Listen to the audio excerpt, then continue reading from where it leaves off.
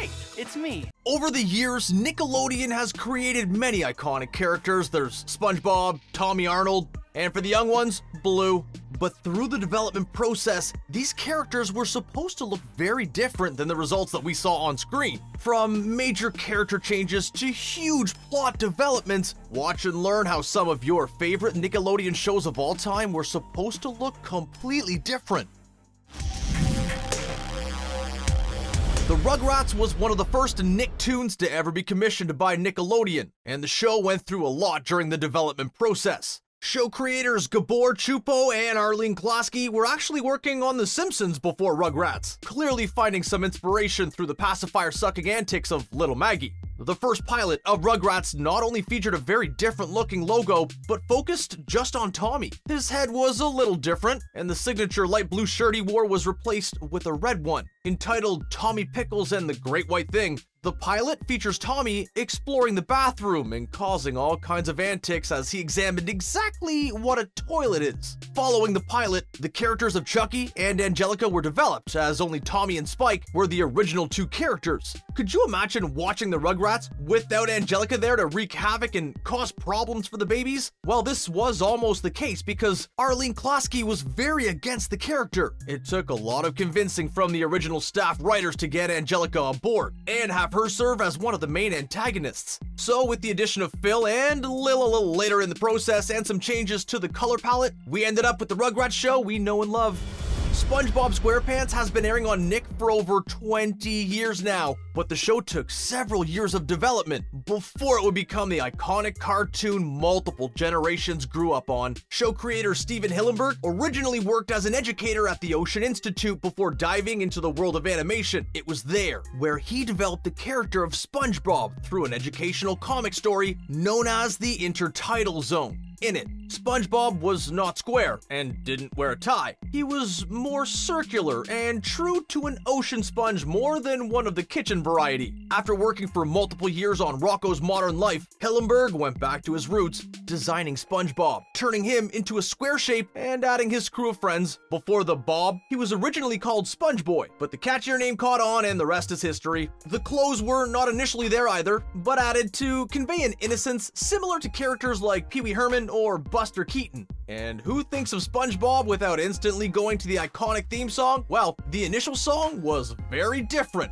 with no lyrics, and an action theme which had a very similar vibe to the Austin Powers films. One of Nick's newest hits is The Loud House, following the adventures of Lincoln Loud, the only boy among 10 other siblings. Well, The Loud House could have been a lot louder if the original production went forward the way it was supposed to. Instead of being actual humans, The Loud House was going to feature a whole family of bunnies who pretty much lived and acted like humans. Well, besides munching on raw carrots a little more than usual, and thanks to the nature of bunnies and their ability to procreate, the house was going to be filled with at least a dozen more sisters for Lincoln to contend with. Not only would this have increased the animation budget on the show, but there probably would have been way too many characters to keep track of. It would have been like keeping up with all the Game of Thrones characters all at once. In the end, the characters were turned into the human form and the show became what it is known for today. If you're wondering what exactly the Loud family would have looked like as rabbits, then look no further than the episode White Hair, where a dream sequence showcases what could have been if they were all bunnies. Do you wish to see what the Fairly Odd Parents would have been like during the initial design stages? Well, your wish is granted, because we have all the information here for you. Let's start with Timmy Turner. Show creator Butch Hartman had a vision for Timmy early on, and it's so easy to picture the iconic character with his pink hat, but it wasn't always planned this way. For the first drawing of Timmy, Hartman used a blue marker, but when he went to draw him again, the blue marker was completely out of ink. So he grabbed the pink marker, and the rest was history. The same color change happened to Wanda as well, a blue to pink transition, but this one was done to help prevent blending problems with some of the background colors. And let's talk about Wanda for a quick second. She was originally going to be named Venus, and some early background notes had her being a form fairy godmother to Cinderella herself. Wanda also was supposed to be the dim-witted one of the group, but the roles were reversed with her and Cosmo. In Hartman's animation style, he initially wanted the parents to only be seen from the neck down, with no faces ever shown. Animation angles and problems led to the full design and development of these characters, which also helped flesh out a lot of the plots better down the line. When a story works, it's going to be used multiple times, and this is the case for the origins of Hey Arnold. Before getting picked up by Nickelodeon, the show's origins can date all the way back to a Simpsons comic book entitled Simpsons Illustrated. In the short strip, Arnold gets challenged to a fight by Harold, only to claim that he's crazy and performs a dance number to get out of the fight. Sound familiar? It should, because this concept was used for both the Hey Arnold pilot short and the episode 24 Hours to Live. Through the similar plot, you can see the difference in a lot of the characters. In the original comic, Helga looks the most different, sporting smaller and angrier eyes than her cartoon counterpart. Harold wears a small crown on his head, as opposed to his signature backwards baseball cap, and also has a striped shirt on instead of the blue jersey. The song Arnold sings is different in the comic as well, as Arnold wears a full suit and sings the Hello My Baby song, which was made infamous by the WB Frog. The short Arnold was adapted from this comic and aired before theatrical showings of Harriet the Spy. The short is very similar to the 24 Hours to Live episode, except Arnold's head is a little more narrow, Harold wears a different outfit, and Arnold smashes a lot more plates over his head. Plus the Hello My Baby song was replaced with a much more fitting I'm Crazy, which was written exclusively for the show. One of the strangest spin-offs Nick has ever produced was Planet Sheen. The show felt nothing like the adventures of Jimmy Neutron, Boy Genius, and sent Sheen off to a planet filled with dumb-witted aliens, monkeys, and other creatures. Maybe one of the reasons the show felt so off from the original was because the concept was never supposed to involve any Jimmy Neutron characters in the first place. Nick was originally pitched Planet Sheen as Red Acres, a story about an adult astronaut who crash lands on a planet. They didn't want to move forward with the show featuring an adult as the cartoon lead, so Sheen was inserted as the lead character instead. Then an alien who looked and acted exactly like Carl was added, and the rest is Nicktoons history. The show was delayed multiple times before finally premiering and disappointing so many Jimmy Neutron fans looking for the same fun and antics.